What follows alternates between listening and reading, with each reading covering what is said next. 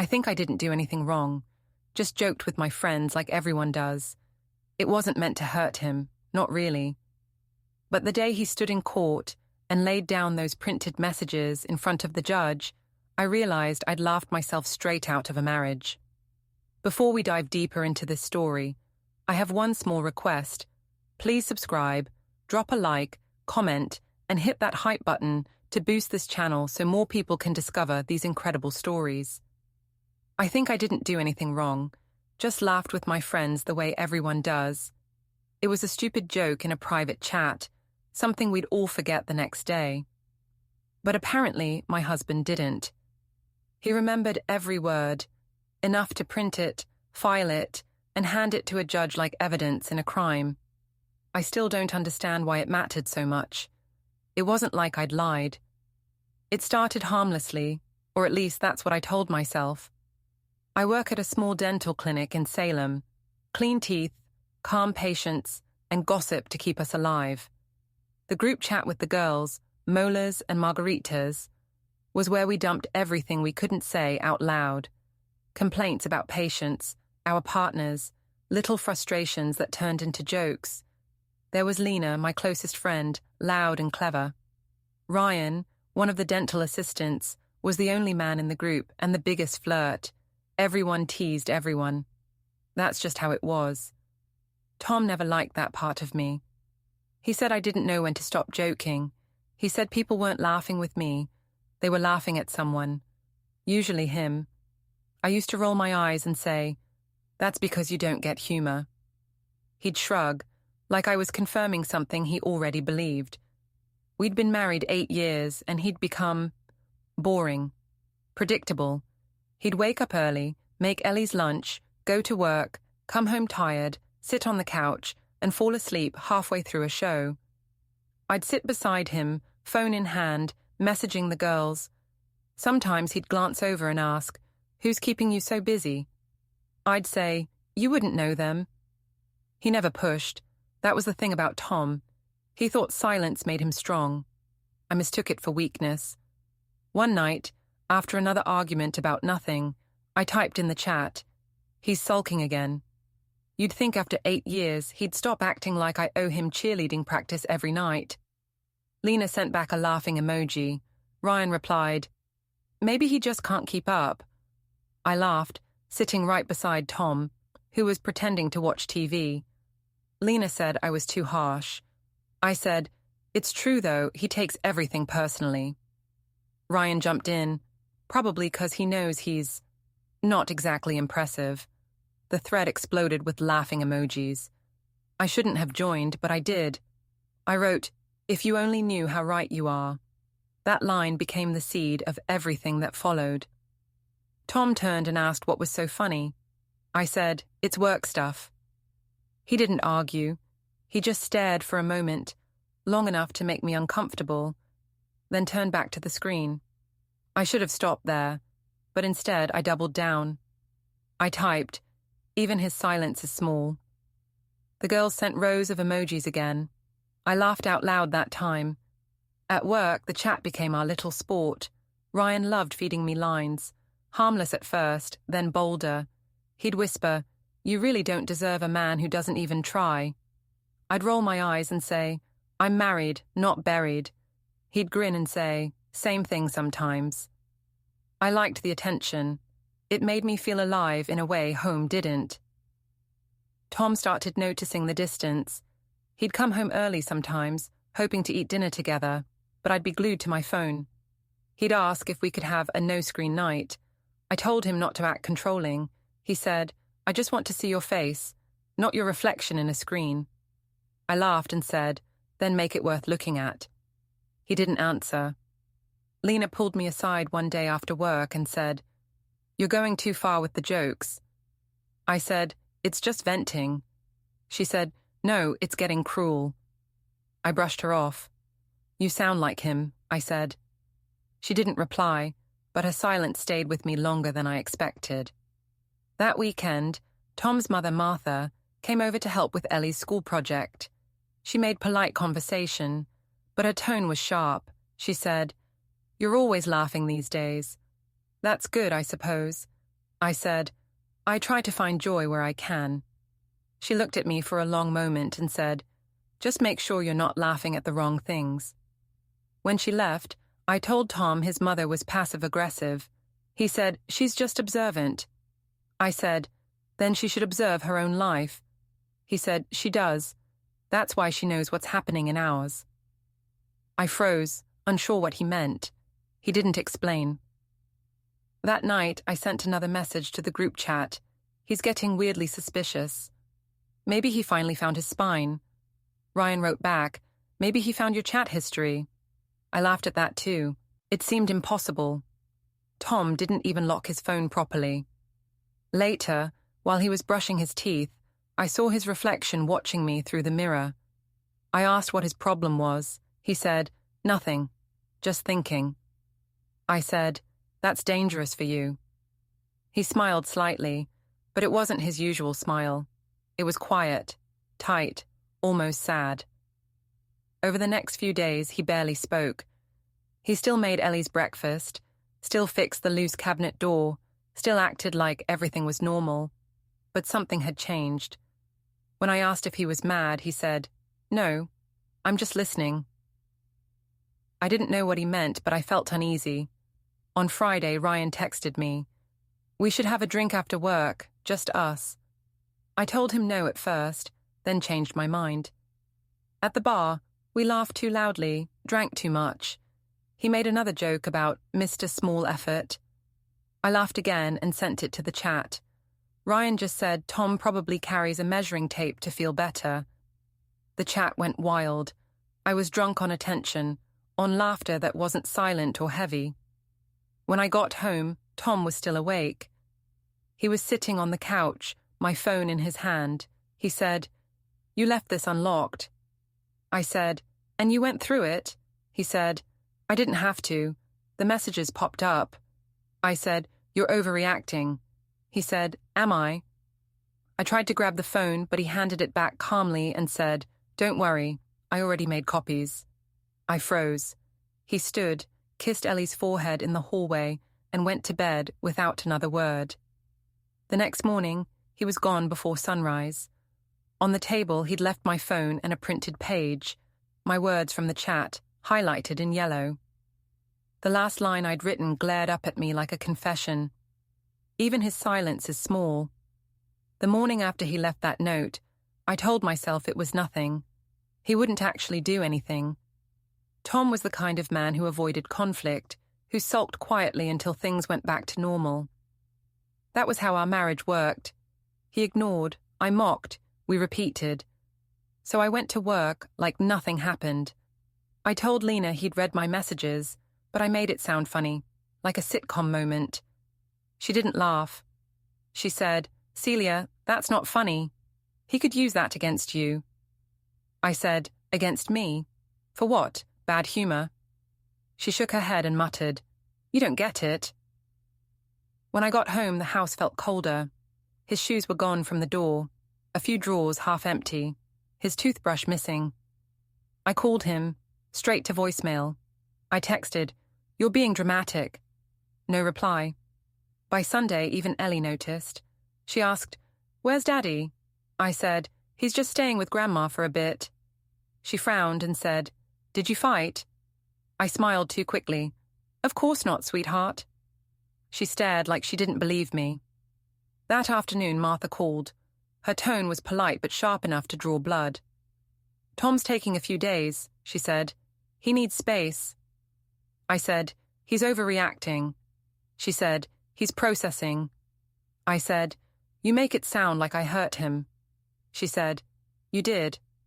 Then she hung up. I spent the next few days alternating between guilt and annoyance. Ryan kept texting. You okay? I replied, fine. He wrote back, he'll cool off. I wanted to believe him, so I let myself laugh again, pretending the world hadn't shifted under me. Lena stopped talking to me. At lunch, she sat with the hygienists instead of our usual table. When I asked if she was mad, she said, I just don't want to be involved. I said, in what? She said, whatever you've turned this into. On Wednesday, Tom came by to pick up Ellie for school. He looked calm. Too calm. He said, "I'll drop her off tonight." I asked if we could talk. He said, "Not yet." I followed him to the door. "So that's it," I said. He looked at me, eyes tired but steady. "You said enough already." Then he left. That night, I opened the group chat again. It was quiet now. No one had posted in days. I typed, "So apparently my husband can't take a joke." Lena didn't reply. Ryan sent a single emoji, then nothing else. For the first time, the silence felt heavy.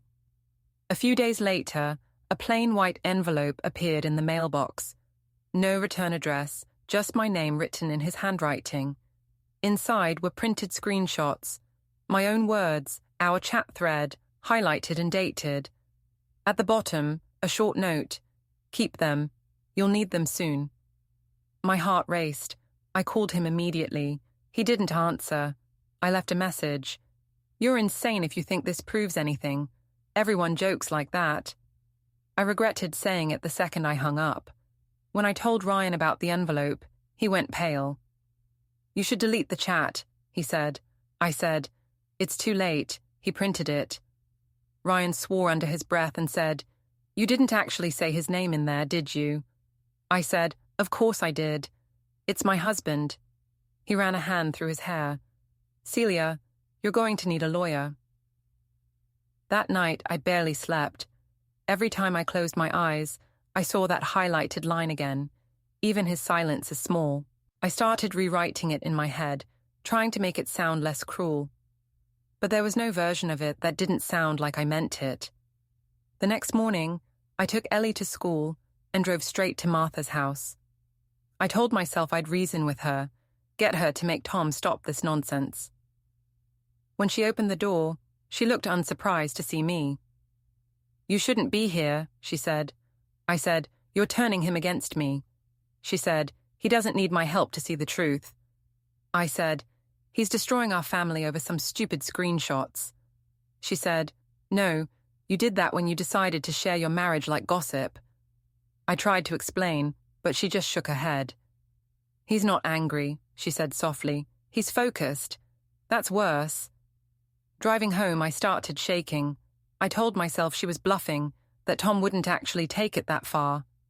He wasn't like that. He didn't like making scenes. But maybe that was the problem. He was finally learning to. At work, the tension was unbearable. Ryan avoided me, pretending to be busy. Lena refused eye contact. The clinic manager pulled me aside and said, "I heard there's some drama. Keep it outside the office." I wanted to ask who told her, but I already knew. That night, I tried calling Tom again. This time he answered. His voice was calm, almost kind. "Stop calling me," he said. "We'll talk when it's official." I said, "What's official?" He said, "You'll see." Then the line went dead. The next day, a courier arrived at the clinic asking for my signature. Everyone stared as I signed for the package. Inside was a thick envelope from a law office, notice of separation and custody proceedings. I felt my stomach drop. At home, I threw the documents on the table and poured wine. The words blurred as I read: grounds, emotional cruelty, defamation, marital misconduct. Attached was a detailed log, dates, messages, screenshots, even the night I'd been at the bar with Ryan.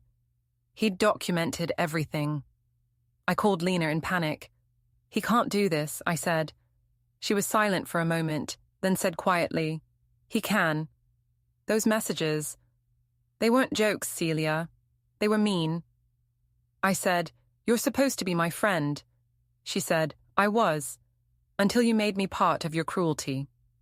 Then she hung up. Later, when I picked up Ellie from school, she asked why Daddy wasn't home anymore. I said, "He's just working things out." She said, "He told my teacher I'll stay with him for a while." My throat went dry. That night, I sat on the couch, surrounded by papers and empty glasses, scrolling through the group chat one last time.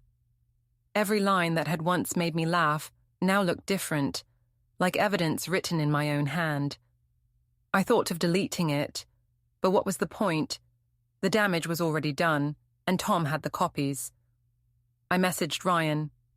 "He's serious. He's taking me to court," he replied after a long pause. "Then you need to take this seriously too," I typed. "He won't win." He didn't reply. Outside, the wind rattled the window. I looked around the empty living room, the wine glass trembling in my hand, and said out loud, "He can't win." But my voice didn't sound convincing, even to me. The first court notice came 2 weeks later, folded neatly in another cream envelope. I held it for hours before opening it, as if waiting might change what it said. Preliminary hearing scheduled, parties to appear with counsel. The words looked official, distant, not like my life at all. Tom's name was printed beside mine, but there was no warmth in seeing them together. Just a border between two sides of a war I hadn't realized I'd started. I called him, ignoring his earlier request to stop. He answered this time, voice even, detached. I said, "You don't really want this, do you?" He said, "It's already in motion." I said, "You're making a mistake." He said, "I made it 8 years ago." Then he hung up. I threw the phone across the room and screamed until my throat hurt. Ellie came running from her room, eyes wide. "Mommy, what's wrong?" she asked. I said, "Nothing, baby, just a noise." She said, "Like Daddy leaving?" And before I could answer, she turned and went back to bed. The next morning, I went to work like nothing had happened. But everyone already knew. News travels faster than shame. The whispers stopped when I entered the break room. Ryan was at the sink rinsing a cup. He wouldn't meet my eyes. I said, "Did you tell them?" He said, "They already knew." I said, "You started this." He said, "No, you did, when you forgot how cruel you sounded." I wanted to slap him, but instead I smiled tightly and said, "You'll regret crossing me." He said, "You're still talking like you have power." I left early that day. When I got home, a dark car was parked across the street. A man stepped out and introduced himself as Daniel Wu, Tom's attorney. "This is standard procedure," he said, handing me another document. "My client prefers we communicate formally." I said, "Your client is my husband." He said, "Legally, he's the petitioner now." His calm tone made my stomach twist. Inside was another set of papers, financial statements, custody proposals, an evidence list that made me want to tear the pages apart. Each item was numbered, screenshots, text logs, even witness statements. At the bottom of the list, I saw Lena's name. I called her immediately. "You gave him statements," I said. She was quiet for a long time, then said, "He didn't force me. He just asked what really happened." I said, "You're betraying me." She said, "No, you betrayed yourself." Then she hung up. I went into overdrive after that, calling lawyers, deleting chats, trying to control the narrative. My attorney, a thin woman named Janet, flipped through the papers and sighed. "You handed him everything," she said. "These messages aren't defensible." I said, "They were jokes." She said, "They were defamation." I said, "Of who? My husband?" She said, "Exactly." I tried to argue that Tom had violated my privacy by taking screenshots. Janet said, "He didn't hack you. He saw what popped up on a shared device. That's admissible." Then she added more softly, "If you want to salvage custody, stop calling him." I didn't stop. That night I called again anyway. No answer. So I left a message. "You're ruining Ellie's life. Are you proud?" He didn't reply, but the next morning I got a message from Daniel Wu's office. All communication to go through counsel. Continued contact may affect custody recommendations. I felt trapped, like the world had tilted, and I was the only one still pretending it was level. Martha showed up 2 days later, unannounced. She didn't knock. She just stepped inside, holding a box of Ellie's things. "Tom asked me to bring these," she said. "He's getting her room ready." I said, "She's not moving anywhere." She said, That's not your decision anymore. I said, You're enjoying this, aren't you? She said, No, I'm mourning what you destroyed. She placed the box on the counter and turned to leave, but then she stopped at the door. You thought laughing at him made you powerful, she said, but it only showed how small you were. I said, You don't know what our marriage was like. She said, I know what respect looks like, and I never saw it in you. Then she walked out. That night I poured wine and scrolled through the old chat again, reading each message slowly. The words that once felt funny now felt sharp and ugly. Even his silence is small. He's lucky he's nice. Nothing else is remarkable. Maybe he should take notes from Ryan. Every line was poison with my signature at the bottom. My phone buzzed. A new message from a number I didn't recognize. Prepare for hearing. Discovery materials attached. It was a link to a shared folder. Against Janet's advice, I opened it. Inside were PDFs of every message, neatly formatted, with timestamps and contact names. He'd built a case like a blueprint, every detail precise. I spent the night writing a message to Tom, deleting and rewriting it over and over. At one point I typed, You win. I'm sorry, but I couldn't send it. Sorry wouldn't undo what I'd said, and winning sounded too much like what he was doing. Calmly, efficiently, legally. When I picked up Ellie from school the next day, she said, Daddy says we might move closer to Grandma. I said, You wouldn't like that, would you? She said, Daddy said it's quiet there. I like quiet. That hurt more than any legal document.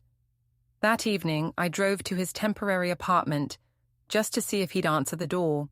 He didn't. But through the window, I saw him sitting with Ellie, helping her draw. He looked relaxed, almost happy. I waited outside for 10 minutes before driving home, telling myself he'd regret it later. When I got back, another envelope was on the doorstep. Inside was a note in his handwriting. For your records. Attached was a printed photo of one of my messages, blown up like a poster. The one where I'd written, Imagine being married to a man who can't even take a joke. I dropped it on the floor, sat down, and whispered, It was just a joke. But even I didn't believe myself anymore. The hearing was set for mid-March, but the waiting was worse than the event itself. Every day felt like standing in front of a slow, quiet avalanche that hadn't decided when to fall. I spent hours rehearsing things I'd say to him, lines that made me sound confident, wronged, misunderstood. I'd tell the judge that Tom was cold, that his silence had pushed me to vent. I'd use that word a lot, venting. It sounded softer than mocking. Janet, my lawyer, told me to keep a low profile. No social media, she said. No comments, no friends defending you, nothing. I nodded, then ignored her completely. I posted a photo of myself drinking coffee with the caption, Some people mistake humor for cruelty when they can't laugh at themselves. The post got 30 likes, mostly from co-workers who didn't know the full story. But Lena did. She messaged me privately. Delete it. It's embarrassing. I wrote back, You used to laugh. She replied, And then I grew up. The clinic finally called me into HR. My manager, Claire, looked uncomfortable as she read from a printed sheet. There have been concerns about your conduct outside work. We're asking you to take some personal time. I said, You're firing me because my husband can't handle a joke. She said, We're not firing you. We're protecting the clinic's image. The word image made me laugh out loud. I walked out before she could finish her sentence. That evening, I called Ryan out of pure frustration. He didn't pick up. He hadn't picked up in weeks. I left a message saying, You don't get to disappear when things get hard. The next day, he texted, HR asked about me too. I can't be seen with you right now. Just like that, my biggest ally turned into another ghost. At home, I tried calling Tom again. No answer. When I emailed Daniel Wu's office, his assistant responded, Please direct all non-custodial communication through counsel only. Mr. Vane has no comment. Even the phrasing, no comment, felt like something from a newspaper, not a marriage.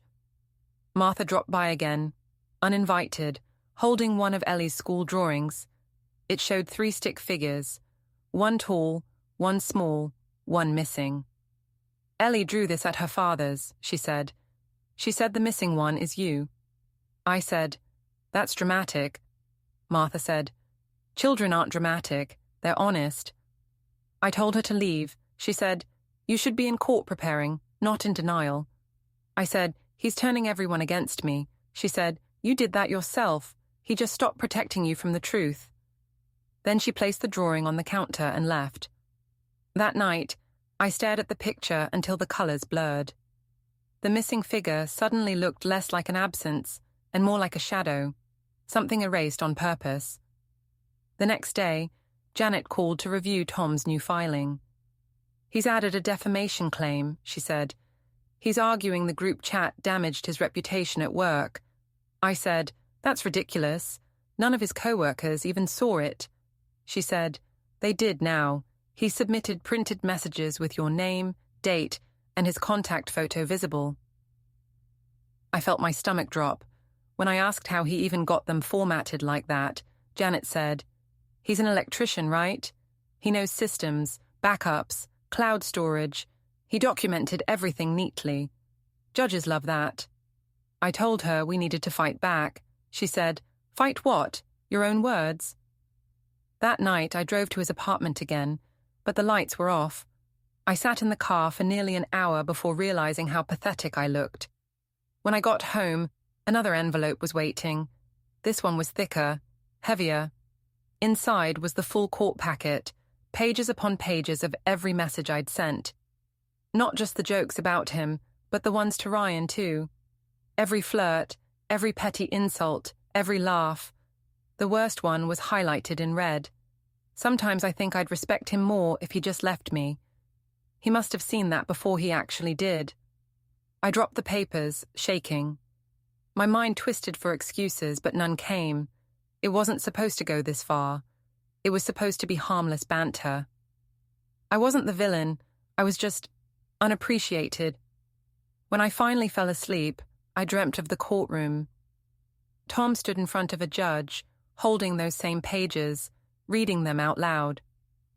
Every laugh echoed until it didn't sound like laughter anymore.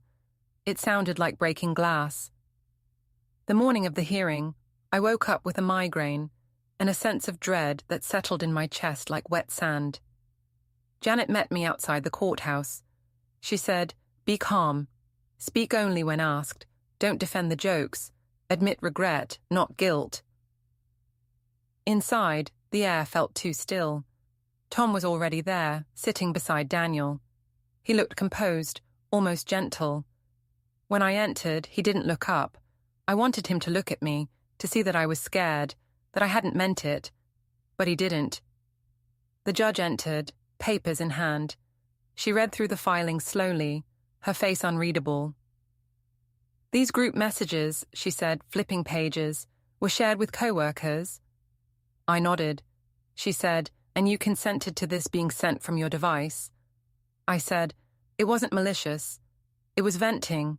She asked, do you think this language is consistent with love? I said, it's consistent with frustration. Daniel spoke next. Calm, professional. He said, Mr. Vane doesn't wish for retribution. He only seeks to protect his child and dignity. Then he handed over the printed chat, bound, tabbed, and numbered. Tom didn't say a word. When the judge finished reviewing it, she looked at me. Mrs. Vane, she said, do you understand the gravity of your words? I wanted to scream that it was just humor, that people laughed because they related. Instead, I whispered, I didn't mean it like that. She said, intent doesn't erase harm. As we left the courtroom, Tom paused by the door. For the first time in months, he looked at me. You got your laughs, he said softly. I'm just getting my piece. He walked out before I could respond. That night, the house was unbearable. Every echo sounded like mockery, every empty chair like punishment. I poured wine and scrolled through the messages again. The words didn't make me laugh this time. They made me feel sick. When I looked at the clock, it was past midnight. My phone buzzed once. A notification from Janet. The judge's written decision will be delivered next week. I stared at it for a long time, then whispered, "He's already won." And I knew I was right. The week before the decision dragged like a punishment. Every day I checked my email, waiting for something, an update, a sign, anything to tell me that Tom might soften. Nothing came. Even Janet stopped sugarcoating. She said, "The judge's impression is clear. Your best chance now is to show remorse." I said, "I already said I didn't mean it." She said, "That's not remorse. That's denial in nicer clothes." I started rehearsing apologies, out loud, in front of the mirror. I was wrong, I'd say. I never intended to hurt him.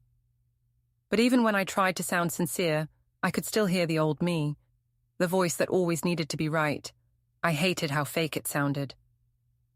Lena called unexpectedly one evening. I almost didn't pick up. When I did, she said, "You're on thin ice, Celia." I said, "What else is new?" She sighed. "Tom's not out for blood. He just wants distance." I said, "He's getting plenty of that." She said, "No, he's getting closure. There's a difference." Before I could ask what she meant, she hung up. When I arrived at the courthouse for the final hearing, Tom was already there, sitting at the table with Daniel. He looked well, clean-shaven, rested, wearing the calm of someone who'd already accepted the outcome. I, on the other hand, was shaking. I hadn't eaten in 2 days. The judge began by summarizing the case. Her voice was flat but clear. "The petitioner," she said, "has demonstrated consistent emotional harm through public ridicule, defamation, and digital misconduct." Each word felt like a strike of a hammer. When she read my name, it didn't sound like me anymore. It sounded like a headline. Daniel presented the evidence again, methodically, page by page. He spoke without venom, just precision. When he reached the section of the chat labeled Intimate Derogation, he paused. "These messages," he said, "were shared among co-workers and include repeated insults about physical attributes, shared photos of the petitioner, and comments comparing him to another man." He didn't need to say Ryan's name. Everyone in the room already knew. The judge glanced at me. "Is this accurate?" she asked. I said, "They were jokes." She said, "Were they funny?" I didn't answer. Then Daniel handed her a folder. "Your Honor," he said, "my client has provided printed transcripts with context and timestamps. He wishes to submit these not out of spite, but to demonstrate pattern." The judge flipped through a few pages, then looked at me again. "Mrs. Vane, your words speak louder than your defense." Tom still hadn't spoken. Not once. He sat there, hands folded, eyes on the table, looking like a man who'd already said everything worth saying. Janet whispered to me, "Stay calm, don't react." But I couldn't stop. "He's making me look like a monster," I said. The judge raised her hand. "Mrs. Vane, you did that yourself." Silence followed, thick, humiliating. When the court broke for recess, I rushed to the bathroom and locked myself in a stall. I could still hear the judge's voice echoing. Were they funny? I leaned against the wall, dizzy. I thought about Ryan, who'd vanished completely, probably laughing about me somewhere else. I thought about Lena, who'd chosen truth over friendship, and then I thought about Tom, quiet, calm, collecting proof, while I'd been too busy trying to win every argument. When we reconvened, the judge allowed closing remarks. Janet spoke gently, pleading that I was remorseful, that my actions were misguided, not malicious. Daniel didn't even bother rebutting. He simply said, "My client has no further words. His silence is his statement." That was the final nail. The judge sighed and closed the file. "I'll review the final orders in chambers," she said. "You'll receive them within the week. Until then, all financial and custodial arrangements remain under temporary control of the petitioner." As everyone stood, I turned to Tom. "You could stop this," I whispered. He looked at me, and for the first time, there was no anger in his eyes, just exhaustion. "I already tried," he said. Then he walked out. Outside the courthouse, reporters weren't waiting. No one cared except the few people who'd watched my humiliation up close. The sky was grey, and I realized how fitting it was, that something so devastating could look so ordinary. When I got home, the house felt smaller than ever. I poured wine, even though it was barely noon. The TV flickered in the background, muted. I picked up one of the court copies Tom had given me weeks ago. My words stared back at me, black and final. Even his silence is small. I whispered them aloud, and they sounded childish, cruel, desperate for attention. Then I flipped the page and saw the last entry from the chat, the one I'd forgotten about. Ryan had written, "You're lucky he's too nice to ever fight back." And I'd replied, "Then I guess I'll never lose." I felt sick. He'd read that one too. No wonder he never yelled, never cursed. He'd already found his way to win, legally, quietly, decisively. That night, I couldn't sleep. I kept picturing him standing in court, calm while the judge read my own cruelty out loud. I'd spent years mocking his silence, and now it was the only thing I heard. The next morning, I checked my email. There was a single message from Janet. Decision expected Friday. Be prepared for full custodial transfer and asset separation. I closed the laptop, sat in the quiet, and waited. There was nothing left to fight for except noise, and noise was what had destroyed me. By the end of the week, the envelope arrived. Thick, official, irreversible. I held it for a long time before opening it, tracing his name on the seal. For a brief moment, I wished he'd at least yelled, that he'd given me something to answer back to. But all I had was paper and silence that didn't need defending. The judgment inside was exactly what I expected. He got custody. He got the house. He got peace. And I got proof that silence had always been louder than my laughter. The judgment became official on a Thursday morning. A courier handed me the envelope at my door, polite and detached, as if he were delivering a package instead of the end of my life. Inside were stamped pages with black ink that didn't smudge, even when my hand shook.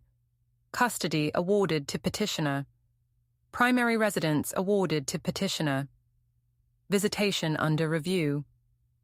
I read the lines over and over, hoping they'd rearrange themselves into something merciful. They didn't. I sat on the floor of the living room surrounded by paper, the morning light cutting through the curtains. The house felt hollow. His things were already gone, yet it still smelled faintly like his aftershave, a quiet reminder that I'd lost to someone who never even raised his voice. I tried to tell myself it was unfair, that he'd overreacted, that jokes shouldn't end marriages.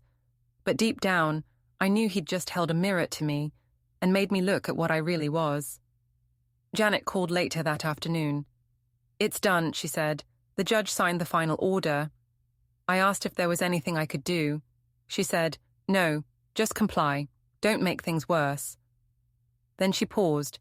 For what it's worth, he didn't gloat. He just said he hoped this closes the noise. Closes the noise. That was Tom's victory. Silence, peace, the one thing I'd never given him. I poured a drink and scrolled through the old group chat again. It was dead now. The messages were months old, frozen in time, each one uglier than I remembered. My words stared back at me, small and mean. Even his silence is small. He's lucky I haven't left. Imagine living with that every night. The laughter emojis underneath looked like confessions now. I typed a new message. I ruined everything, but deleted it before sending. No one would reply anyway. That evening, Lena texted for the first time in weeks. "I heard it's over. I hope you're okay." I stared at the message, then typed. He showed the chat to the judge. Every word. She replied, "Then maybe now you'll stop calling cruelty humor." I didn't answer. When the sun went down, I drove to Martha's house. I told myself it was to see Ellie, but really, I wanted proof that some part of my old life still existed. When I arrived, Ellie was playing in the front yard, drawing on the sidewalk with chalk. She looked up when she saw me. For a second, I thought she might run over. Instead, she smiled shyly and waved. "Hi, Mommy." Her voice was soft, uncertain. Martha stepped out a moment later and said, "This isn't a good time." I said, "I just want to say hello." She said, "You can say it during visitation, not like this." Ellie looked between us, confused. I said, "I'll see you soon, okay?" She nodded, then went back to drawing. I stood there until Martha quietly closed the door. Driving home, I felt emptier than I thought possible. I'd spent months mocking Tom's quiet, calling it weakness. Now it surrounded me like air, everywhere, constant, impossible to escape. When I walked inside, another envelope waited on the kitchen counter. My name written in his handwriting, steady as always. I opened it slowly. Inside was a short note. "I won't respond anymore. Please go through the mediator. I hope you find peace too."